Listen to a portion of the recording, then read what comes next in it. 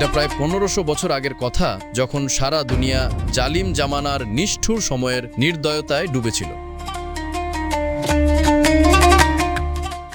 সেই সময় সালমার ঘরে একটি মেয়ে জন্ম হলো। মেয়েটাকে দেখে তার স্বামী আসাদ ইবনে সালিম হতবাক হয়ে দাঁড়িয়ে রইল। সালমার মুখও ফ্যাকাশে হয়ে গেল, কারণ সেই যুগে মেয়ের জন্ম মানে ছিল লজ্জা, আর সেই লজ্জা থেকে বাঁচার একটাই রাস্তা ছিল তাকে জীবন্ত কবর দেওয়া। কিছুক্ষণ পর আসাদের বাবা সেখানে পৌঁছালেন। মেয়েটাকে দেখলেন এবং ঘৃণায় মুখ বিকৃত করে বললেন, কি করলে বৌমা? তুমি মেয়ে জন্ম দিলে কেন? তুমি তো আমাদের খানদানকে বদনাম করার জন্য উঠে পড়ে লেগেছো। আমি তো নিজের 2 মেয়েকে নিজের হাতে জীবন্ত কবর দিয়েছিলাম, কিন্তু খানদানের ইজ্জতে আঁচ আসতে দেইনি। এবার তোমাদের পালা। মানুষ জানার আগে এই বাচ্চাটাকে মাটির নিচে ঘুম পাড়িয়ে দাও। এই বলে তিনি সেখান থেকে চলে গেলেন। কিন্তু আসাদ নিজের বাবার কথা মানলেন না। তার মন এক অদ্ভুত কষ্টে ভরে গেল।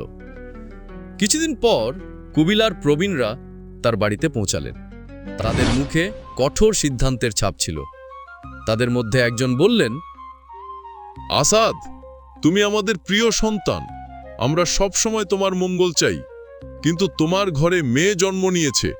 এটা তোমার এবং আমাদের পুরো কুবিলার বেইজ্জতি, অপমান। তাই তোমাকে তোমার ইজ্জত বাঁচাতেই হবে। এই শুনে আসাদের গলা শুকিয়ে গেল। তবুও সাহস করে মৃদু আওয়াজে বললেন, আমি বুঝতে পারছি আপনারা কি বলছেন, কিন্তু কেন জানি না আমার মন এই কাজের জন্য রাজি হচ্ছে না। আমি নিজের হাতে আমার বাচ্চাকে কিভাবে জীবন্ত কবর দেব? তখনই তার ছোট ভাই হামাদ বলে উঠল, দাদা, আমরা কি একটি মেয়ের জন্য আল্লাহর গজব অভিশাপ ডেকে আনতে চাইছি? যদি অন্য কুবিলার লোকেরা জানতে পারে, তবে তারা আমাদের নিয়ে মজা করবে। তুমি কেন বুঝতে পারছো না? ভাইয়ের কথা শুনে আসাদের মুখ মলিন হয়ে গেল। সে জানত যে এই সমাজের নিয়ম ভাঙা মানে নিজেকে শেষ করে দেওয়া। তারপর রাতের অন্ধকারে সে তার বাচ্চাকে কোলে নিয়ে মরুভূমির দিকে রওনা হলো। একটি জায়গা পছন্দ হবার পর সে বাচ্চাটিকে মাটিতে রাখল এবং গর্ত খুঁড়তে শুরু করল। চারদিকে নিস্তব্ধতা ছিল, শুধু হালকা বাতাস বইছিল। গর্ত খোঁড়ার পর যখন সে বাচ্চাটির দিকে তাকালো, তখন তার ভিতরে কিছু একটা ভেঙে গেল। এমন মনে হলো যেন বাচ্চাটির চোখ তাকে বলছে, আব্বু, মানুষ কি নিজের মেয়ের সাথে এমনটাই করে? তুমিও কি আমার সাথে তাই করবে? যখন আমাকে এই দুনিয়ায় আনতেই হয়েছিল, তবে এখন বিদায় কেন জানাচ্ছ? আসাদের হৃদয় মোচড় দিয়ে উঠল। তার মনে হতে লাগলো যেন শ্বাস নেওয়াও কঠিন হয়ে পড়েছে।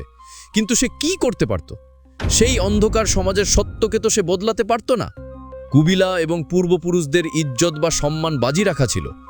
তখনই পিছনে দাঁড়ানো হামাদ বিরক্ত হয়ে বলল, এত দেরি করছো কেন দাদা? এটা তো একটা সামান্য ব্যাপার। মেয়ে জন্ম দিয়ে কি তুমি দুর্বল হয়ে পড়েছো? ভুলে যেও না, তুমি একজন মর্দ, আর মর্দ কখনো জাজবাতে হারে না।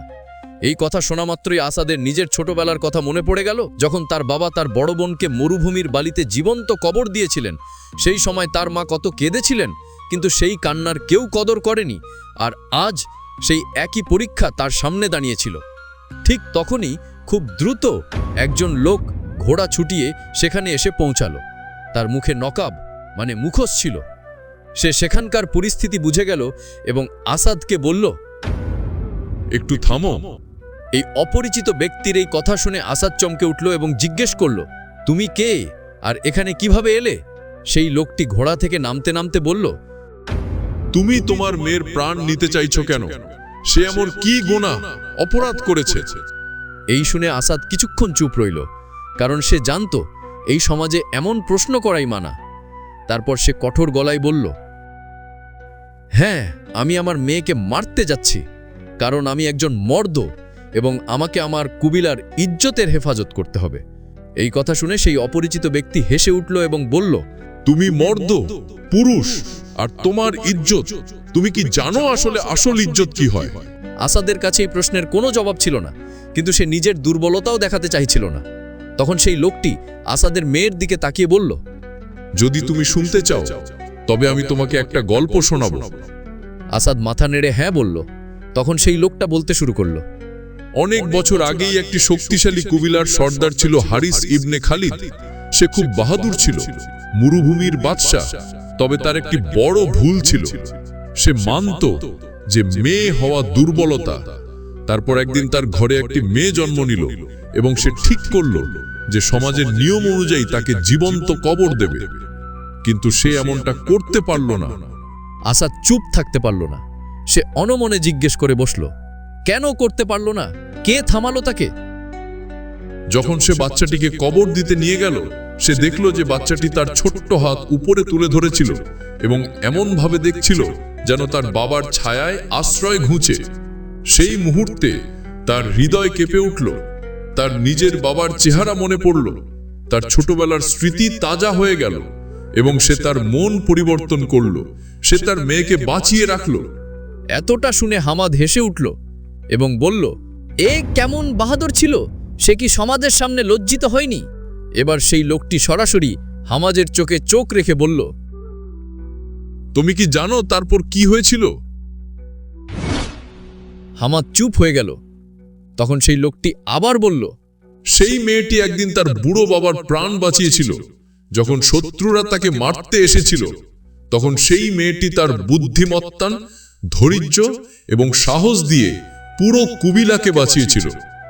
যদি হারিস সেদিন তাকে জীবন্ত কবর দিত, তবে না সে বাঁচত না তার কুবিলা। এই শুনে আসাদ দ্বিধায় পড়ে গেল। একদিকে সমাজের ভয় আর অন্যদিকে হৃদয়ের গভীর থেকে উঠে আসা এক অদ্ভুত অনুভূতি। সেই লোকটির গল্প তার ভিতরে এক ঝড় তুলে দিল। কিছুক্ষণ চিন্তা করার পর আসাদ বলল, কি একটি গল্প দিয়ে তুমি আমার মন পাল্টাতে চাও? সেই লোকটি এবার শান্ত স্বরে বলল, হে আসাদ ইবনে সালিম, আমি শুধু সত্যি বলছি, এতে একটুও মিথ্যা নেই। এবার আসাদ বলল, আচ্ছা, সত্যি হোক বা মিথ্যা, আগে এটা তো বলো, তুমি কে? তোমার আসল পরিচয় কি? এই শুনে সেই লোকটি হালকা হেসে উঠল এবং গম্ভীর আওয়াজে বলল, আমি হলাম হারিস ইবনে খালিদের নাতি। এই কথা শোনা মাত্র চারদিকে নিস্তব্ধতা ছেয়ে গেল। আসাদ অবাক হয়ে বলল, তবে তবে কি তুমি সেই হারিসের মেয়ের ছিলে? তখন সেই লোকটি বলল, হ্যাঁ, আমার নানি ছিলেন, যিনি আমাদের কুবিলাকে বাঁচিয়েছিলেন। আর আজ আমি সেই উত্তরাধিকার এগিয়ে নিয়ে যাচ্ছি। যদি আমার মাকে সেদিন জীবন্ত কবর দেওয়া হতো, তবে আজ আমি এই দুনিয়ায় থাকতাম না। এই শুনে আসের হৃৎপিণ্ড জোরে ধরফর করতে লাগলো। তার মনে একটি ভাবনা এলো, আমার মেয়েও কি একদিন এমন কিছু করতে পারে? ইতিমধ্যে হামাদ রেগে গিয়ে বলে উঠল, দাদা, এই ফালতু গল্পে ভেসে এসে যেও না। তুমি কি ভুলে গেলে সমাজ আমাদের কাছে কি আশা করে? এই শুনে আসাদ কিছুক্ষণ চুপ রইল। তারপর ধীরে ধীরে নিজের মেয়েকে কোলে নিয়ে বলল, হতে পারে সমাজের নিয়মই ঠিক। তখন সেই লোকটি আবার বলল, আর যদি ঠিক না হয় তবে? আসাদে এবার নিজের বাচ্চার মুখের দিকে তাকাতে লাগলো। তার হৃদয়ের ভিতর থেকে এক গভীর স্নেহ উতলে উঠল। তারপর সে এক বীরের মতো বলল, তবে সময় এসেছে সমাজের নিয়ম বদলানোর। এই কথা শোনা মাত্র হামাদ চমকে গেল। সে অবাক হয়ে বলল, কি বললে? সমাজের নিয়ম বদলানোর কথা বলছো তুমি? আসাদ চুপ রইল, কোনো জবাব দিল না। হামাদ আবার চিৎকার করে উঠল, তুমি কি পাগল হয়ে গেলে? আমাদের কুবিলার মধ্যে এই নিয়ম শত শত বছর ধরে চলে আসছে। যদি তুমি মেয়েকে বাঁচিয়ে রাখো, তবে লোক আমাদের দুর্বল ভাববে, তোমার ইজ্জত যাবে, আমাদের নাম মুছে যাবে। এবার আসাদ সেই অপরিচিত ব্যক্তির দিকে তাকিয়ে জিজ্ঞেস করল, তোমার কি মনে হয়, যদি আমি এই পথ বেছে নিই, তবে আমি বেঁচে থাকতে পারবো?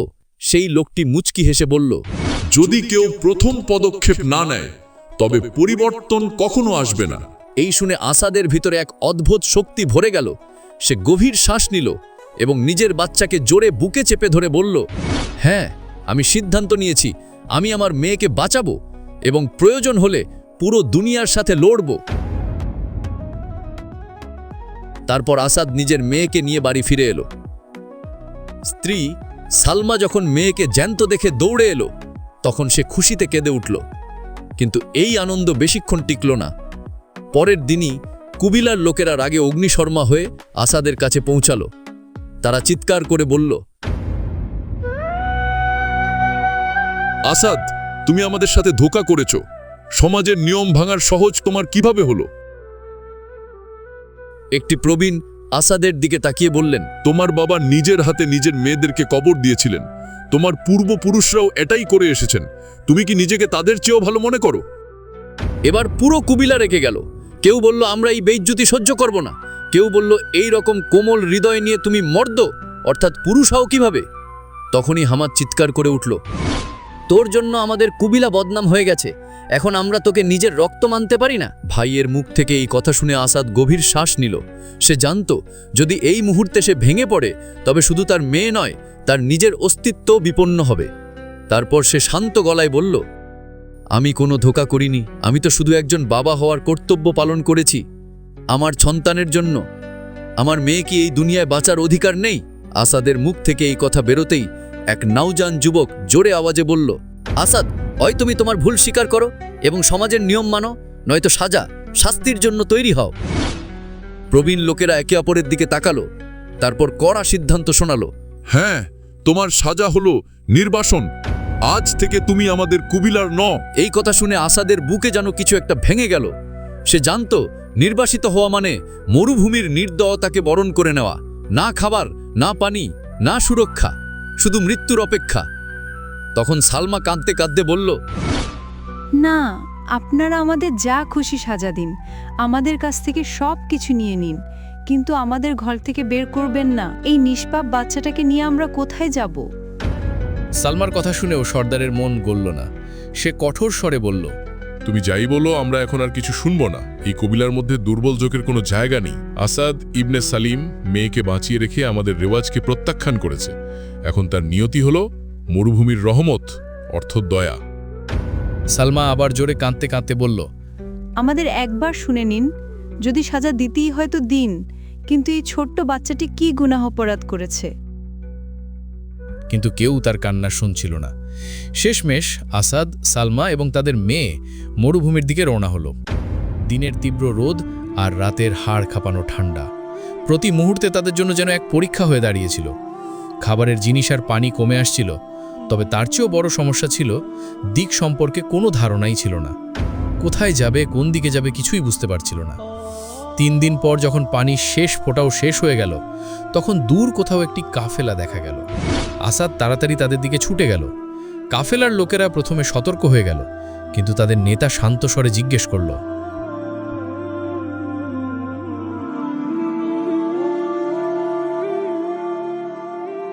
তোমরা কে?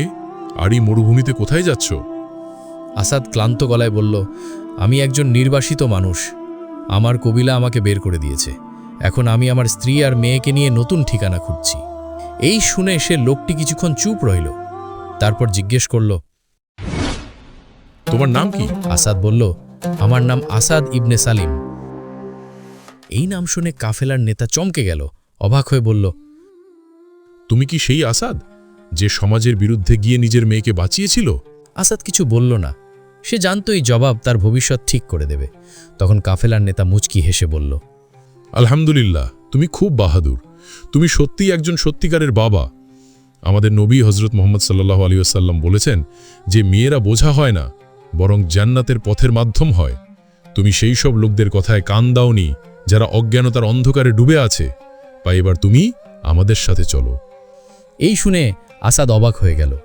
এই প্রথমবার কেউ তার সিদ্ধান্তের প্রশংসা করল। তারপর সে জিজ্ঞেস করল, আচ্ছা ভাই, আপনারা কারা? আমি কি আপনাদের পরিচয় জানতে পারি? তখন সেই লোকটি হেসে বলল, আমরা হলাম মুসলমান। আমরা আল্লাহর একত্ববাদে বিশ্বাস রাখি। আমরা এমন এক সমাজ গড়তে চাই যেখানে কেউ নিজের মেয়েকে বোঝা বা লজ্জা না ভাবে, বরং তাকে নিজের দায়িত্ব মনে করে। এই শুনে আসাদের মনে এক নতুন আশা জাগল। সে ভাবল, এই কাফেলা আমাদের শুধু আশ্রয় দেবে না, বরং এক নতুন বিশ্বাস, এক নতুন পথ দেখাতে পারে। তারপর আসাদ উৎসাহের সাথে বলল, আমি তোমাদের সাথে চলতে চাই। আমি জানতে চাই সেই সত্য যা তোমরা সবাই নিজের হৃদয়ে বহন করে চলেছ। তখন কাফেলার নেতা গভীর ও স্নেহভরা স্বরে বলল, তবে এসো, আমাদের নবীর কাছে চলো। সত্যের আলো তোমার অপেক্ষা করছে। তারপর আসাদ নিজের স্ত্রী আর মেয়েকে নিয়ে সেই কাফেলার সাথে চলল এক নতুন পথে, এক নতুন শুরুর জন্য।